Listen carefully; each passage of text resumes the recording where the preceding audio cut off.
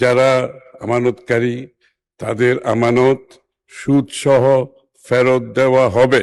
Bank ডাকাতদের কঠোর শাস্তি প্রদান করে তাদের সমস্ত সম্পত্তি নিলামে বিক্রি করে গ্রাহকের টাকা গ্রাহকের হাতে ফিরিয়ে দিতে হবে। এই সমস্ত লুটেরাদের তো এভাবে আরামে ঘুমোতে দেয়া যায় না। আমি মন্ত্রীর কথায় আশাবাদী হয়েছি, কিন্তু দুশ্চিন্তা মুক্ত হতে পারিনি। মাননীয় স্পিকার, আপনাকে ধন্যবাদ। কার্যপ্রণালী বিধি 71 বিধি অনুসারে মাননীয় অর্থমন্ত্রীর দৃষ্টি আকর্ষণ করে আমার উত্থাপনীয় বিষয় দেশের কয়েকটি ব্যাংকের লুট হওয়া টাকা 75 লক্ষ গ্রাহকের হাতে ফিরিয়ে দেয়া এবং ওই সমস্ত ব্যাংক ডাকাত, ব্যাংক ঠকো, ব্যাংক লুটেরাদের কঠোর শাস্তি প্রদান প্রসঙ্গে মাননীয় স্পিকার, দেশের কয়েকটি ব্যাংকের অনিয়ম দুর্নীতির কারণে এক্সিম ব্যাংক, সোশ্যাল ইসলামী ব্যাংক, ফার্স্ট সিকিউরিটি ইসলামী ব্যাংক, বাংলাদেশ ইসলামী ব্যাংক, গ্লোবাল ইসলামী bank, union bank, national bank, IFIC bank সহ আরো কয়েকটি ব্যাংকে অনিয়ম এবং দুর্নীতির কারণে মালিক পক্ষের অর্থ পাচারের কারণে, লুটের কারণে আজকে দেশের আমানতকারীরা তাদের টাকা তুলতে পারছে না। এই টাকা কোনো বিলাসিতার টাকা নয়, এই টাকা তাদের কষ্ট অর্জিত টাকা। এক বাবার মেয়ের বিয়ে দেবার খরচের স্বপ্ন, এক মায়ের চিকিৎসার শেষ ভরসা, এক শিক্ষার্থীর ভবিষ্যতের টিউশন ফি এবং ক্ষুদ্র ব্যবসায়ীর জীবন বাঁচানোর মূলধন এবং কারো পেনশনের সঞ্চয়। তারা অতি কষ্টে অর্জিত এই টাকাগুলো ব্যাংকে রেখেছিল। ব্যাংক মানুষের আস্থার জায়গা। ব্যাংক থেকে যদি টাকা লুট হয়, মানুষ কোথায় যাবে? মাননীয় স্পিকার, মানুষ যদি ব্যাংকে টাকা না রাখে তাহলে বিনিয়োগ কমে যাবে, অর্থের প্রবাহ থেমে যাবে, অর্থনীতি গভীর সংকটে পড়বে। আমরা জনগণের ভোটে নির্বাচিত সরকার, আমরা এটি কোনোভাবেই মেনে নিতে পারি না। মাননীয় স্পিকার, একজন মানুষের টাকা ব্যাংকে পড়ে আছে, কিন্তু টাকার অভাবে সে চিকিৎসা করতে পারছে না। সময় মতো টাকা না পাওয়ার কারণে, তার চিকিৎসা হবার না কারণে অনেকেরই জীবন চলে গেছে মাননীয় স্পিকার। আর অন্যদিকে লুটেরা মালিক পক্ষ বিদেশে পালিয়ে গিয়ে নাকে সরিষার তেল মেখে আরামে ঘুমাচ্ছে। মাননীয় স্পিকার, এই সমস্ত লুটেরাদের তো এভাবে আরামে ঘুমোতে দেয়া যায় না। মাননীয় স্পিকার, এই মানুষগুলো, এই 75 লক্ষ গ্রাহক আজকে সরকারের দিকে তাকিয়ে আছে। তাদের কান্না, তাদের আর্তনাদ, আজকে তারা ন্যায় বিচার পাবার জন্য রাষ্ট্রের কাছে দাবি জানাচ্ছে। মাননীয় স্পিকার, এই সমস্ত ব্যাংক ঠেকো, ব্যাংক লুটেরা, ব্যাংক ডাকাতদের কঠোর শাস্তি প্রদান করে তাদের সমস্ত সম্পত্তি নিলামে বিক্রি করে গ্রাহকের টাকা গ্রাহকের হাতে ফিরিয়ে দিতে হবে। তবে জানতে পারলাম তাদের যে সম্পত্তি রয়েছে তারা তার চেয়ে 10-12 গুণ বেশি তারা টাকা লুট করেছে। এই কারণেই তাদেরকে ধরে এনে ফিরিয়ে এনে এই টাকা তাদের কাছ থেকে আদায় করার দাবি জানাচ্ছি। মাননীয় স্পিকার, একজন মানুষের জীবনে কত টাকার প্রয়োজন? আমরা তো ইচ্ছে করলে বেশি আমরা খেতে পারি না, বদ হজম হয়।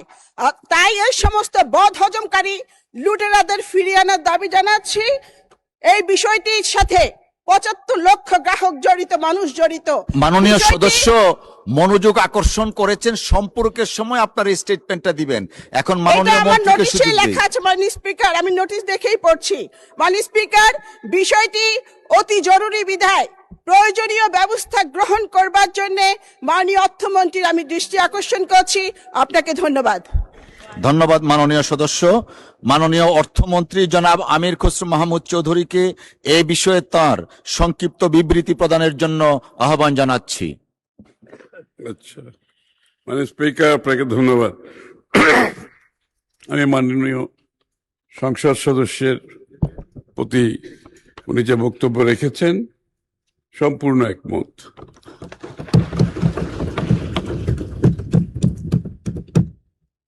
এটা একটি হৃদয় বিদারক ঘটনা ঘটেছে বাংলাদেশে। একটি নির্বাচিত সরকার এই ব্যাপারে নীরব থাকতে পারে না। মাননীয় স্পিকার, সরকার দেশের অর্থনীতির মেরুদণ্ড আর্থিক খাতকে স্থিতিশীল অবস্থায় ফিরিয়ে আনতে একটি সুসংগঠিত ও বহুমাত্রিক রেজুলেশন কাঠামো প্রতিষ্ঠা করেছে। এই কাঠামোর আইনি ভিত্তি হিসাবে ব্যাংক রেজুলেশন আইন 2026 প্রণীত হয়েছে। এর আওতায় সমস্যাগ্রস্ত 5টি ব্যাংক যথা Export Import Bank of Bangladesh PLC, Exim Bank, First Security Islamic Bank PLC, Global Islamic Bank PLC, Social Islamic Bank PLC ও ইউনিয়ন ব্যাংক পিএলসি কে একীভূত করে সম্মিলিত ইসলামী ব্যাংক পিএলসি গঠন করা হয়েছে, যা রেজুলেশন কৌশলের অধীনে গৃহীত সবচেয়ে উল্লেখযোগ্য পদক্ষেপ। এই একীভূতকরণের ফলে 5টি ব্যাংকের সকল আমানতকারীর দাবি ও স্বার্থ নতুন ব্যাংকে সংরক্ষিত হয়েছে। এর পাশাপাশি আমানত সুরক্ষা তহবিলের বিধানের আওতায় নির্ধারিত সীমা পর্যন্ত আমানতকারীর ক্ষতিপূরণ পাওয়ার আইনি অধিকার প্রতিষ্ঠিত হয়েছে। এক্ষেত্রে আমানত সুরক্ষা আইন 2026 এর মাধ্যমে সুরক্ষিত আমানতের পরিমাণ সর্বোচ্চ 1 লক্ষ টাকা হতে 2 লক্ষ টাকায় উন্নীত করা হয়েছে। রেজুলেশনের আওতায় অবসায়নাধীন ব্যাংকসমূহের আমানতকারীগণ বাংলাদেশ ব্যাংকের রেজুলেশন স্কিম মোতাবেক আমানতের অর্থ পর্যায়ক্রমে ফেরত পাচ্ছেন। ফাইন্যান্স কোম্পানি সমূহের আমানতকারীরা ইতিপূর্বে আমানত সুরক্ষা আইনের আওতাভুক্ত ছিল না, বর্তমানে সরকার তাদেরকেও অন্তর্ভুক্ত করা হয়েছে। এই সকল পদক্ষেপের মাধ্যমে গ্রাহকদের আমানত প্রাপ্তি নিশ্চিত করা হয়েছে। পাশাপাশি এই 5টি ব্যাংকের বিনিয়োগ অনিয়ম সমূহে দায়ী ব্যক্তিদের শনাক্ত করতে বিশেষ ফরেনজিক অডিট চলমান রয়েছে, যার প্রতিবেদনের ভিত্তিতে পরবর্তীতে সম্পদ পুনরুদ্ধারের ব্যবস্থা গ্রহণ করা হবে, পুনরুদ্ধার নিশ্চিত করা হবে। মাননীয় স্পিকার, উল্লেখ্য, ব্যাংক রেজুলেশন আইন 2026-এর 57 ধারায় রেজুলেশনের আওতাধীন ব্যাংকের পাওনা আদায়ের জন্য বাংলাদেশ ব্যাংককে দায়ী ব্যক্তি কর্তৃক ব্যাংকের সম্পদ অথবা তহবিল হইতে অর্জিত সকল আয়, সম্পত্তি, অধিকার এবং সম্পদের নিয়ন্ত্রণ গ্রহণ এর ক্ষমতা দেওয়া হয়েছে। এই আইনের প্রয়োগের মাধ্যমে দায়ী ব্যক্তিদের সম্পত্তির নিয়ন্ত্রণ গ্রহণ করত বিক্রয়, নিলামের মাধ্যমে গ্রাহকের টাকা পুনরুদ্ধার করা সম্ভব হবে বলে আমরা আশা করি। এছাড়া ফৌজদারি, ক্রিমিনাল মামলার পাশাপাশি দেওয়ানি, সিভিল পদ্ধতি গ্রহণের মাধ্যমে ব্যাংকিং সেক্টরে অনিয়ম ও দুর্নীতির কারণে সৃষ্ট খেলাপি ঋণের টাকা অবৈধভাবে বিদেশে পাচারকৃত অর্থ ফিরিয়ে আনার উদ্যোগ গ্রহণ করা হয়েছে। এই পদ্ধতিতে খেলাপি ঋণের টাকা অবৈধভাবে বিদেশে পাচারের কারণে ক্ষতিগ্রস্ত প্রায় 30টি ব্যাংক তাদের ঋণের অর্থ উদ্ধারের জন্য নন ডিসক্লোজার এগ্রিমেন্ট স্বাক্ষর পূর্বক 9টি আন্তর্জাতিক আইনি প্রতিষ্ঠানকে নো উইন নো ফি শর্তে নিয়োগ প্রক্রিয়া শুরু করেছে।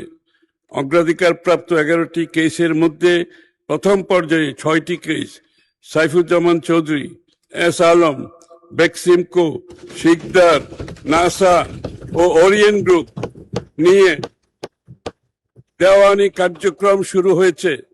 ব্যাংক কর্তৃক অর্থ পুনরুদ্ধারের এই কার্যক্রম আরও সম্প্রসারিত করার পরিকল্পনা গ্রহণ করা হয়েছে।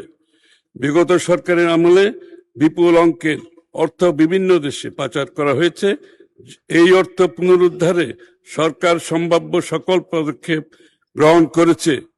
এটা সংক্ষেপ মাননীয় স্পিকার নিচে দেওয়া আছে, এটা দীর্ঘ। আমি যেহেতু এই বিষয়গুলো আমি সংসদে বিগত দিনে বেশ কয়েকবার উত্থাপন করেছি, বিধায় পঠিত বলিও গণ্য করার জন্য অনুরোধ করছি। জি, ধন্যবাদ মাননীয় মন্ত্রী। Well done honourable finance minister. মাননীয় সদস্য রেহানা আক্তার রানু, আপনি এ বিষয়ে একটি প্রশ্ন করতে পারেন, ইফ ইউ হ্যাভ এনি। মাননীয় স্পিকার, আপনাকে আবারও ধন্যবাদ। আমাদের মন্ত্রী অনেক ভালো মানুষ এবং একজন কাজের মানুষ, আমারও প্রিয় মানুষ, প্রিয় নেতা। আমি মন্ত্রীর কথায় আশাবাদী হয়েছি, কিন্তু দুশ্চিন্তা মুক্ত হতে পারিনি। উনি নিলামে সম্পত্তি বিক্রি করার কথা বলেছেন, আমিও দাবি জানিয়েছি, কিন্তু যেটা শুনেছি যে তারা যে টাকা লুট করেছে, তাদের যে সম্পত্তি বাংলাদেশে আছে, তারা তার চেয়ে 10-12 গুণ বেশি টাকা লুট করেছে। তো সেজন্য নিলামে টাকা বিক্রি করে সম্পত্তি বিক্রি এই টাকা আদায় সম্ভব নয়। মাননীয় স্পিকার, এক নারী বোন আমাকে গতকালকে ফোন করে বলেছে উনি গত পরশু রাতে আমাদের অর্থমন্ত্রীকে স্বপ্ন দেখেছেন। উনি স্বপ্নে দেখেছেন অর্থমন্ত্রী উনার টাকা ফিরিয়ে দিয়েছেন। মাননীয় স্পিকার, আমার এই বোনের স্বপ্ন কি পূরণ হবে?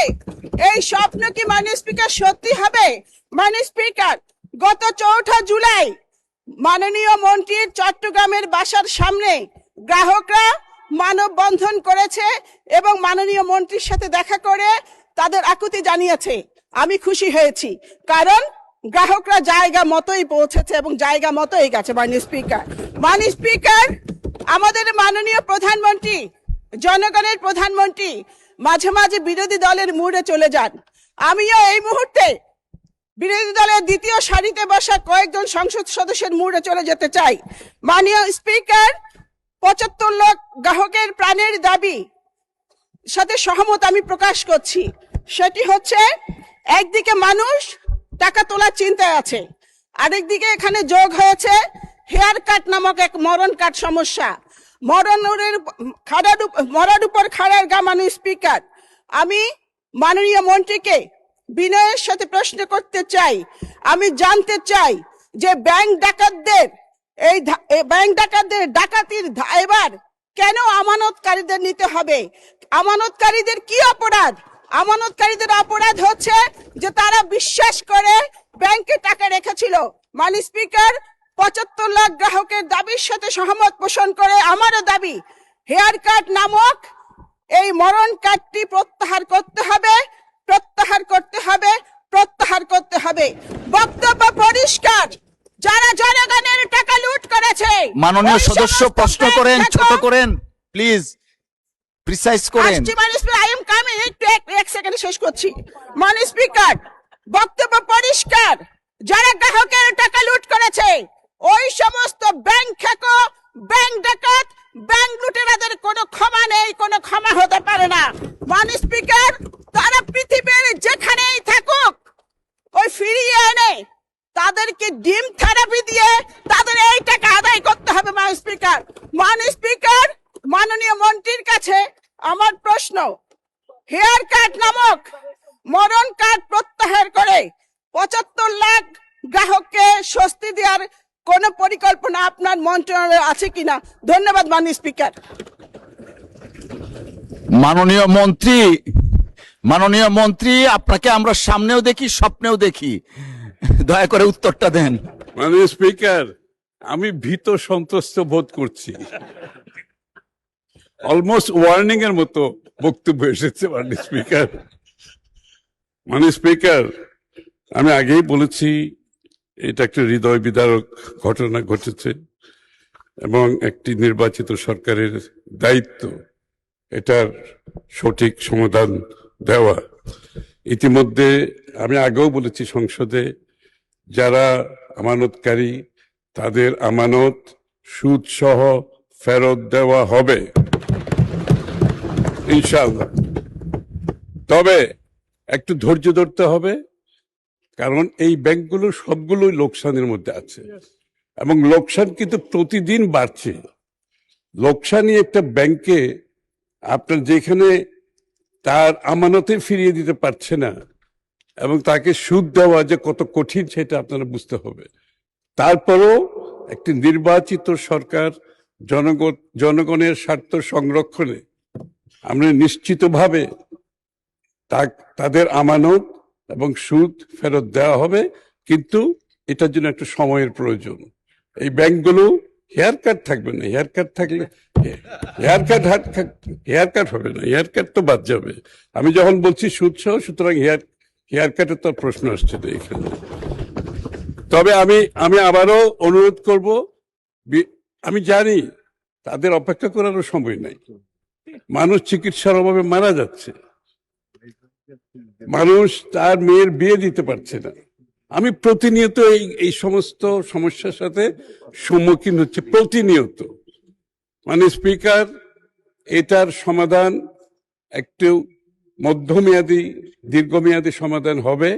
তবে নিশ্চিতভাবে এটা বলতে পারি, আমানতকারীরা তাদের টাকা ফেরত পাবে, সুদ সহ ফেরত পাবে, এটার নিশ্চিতভাবে বলা যাবে।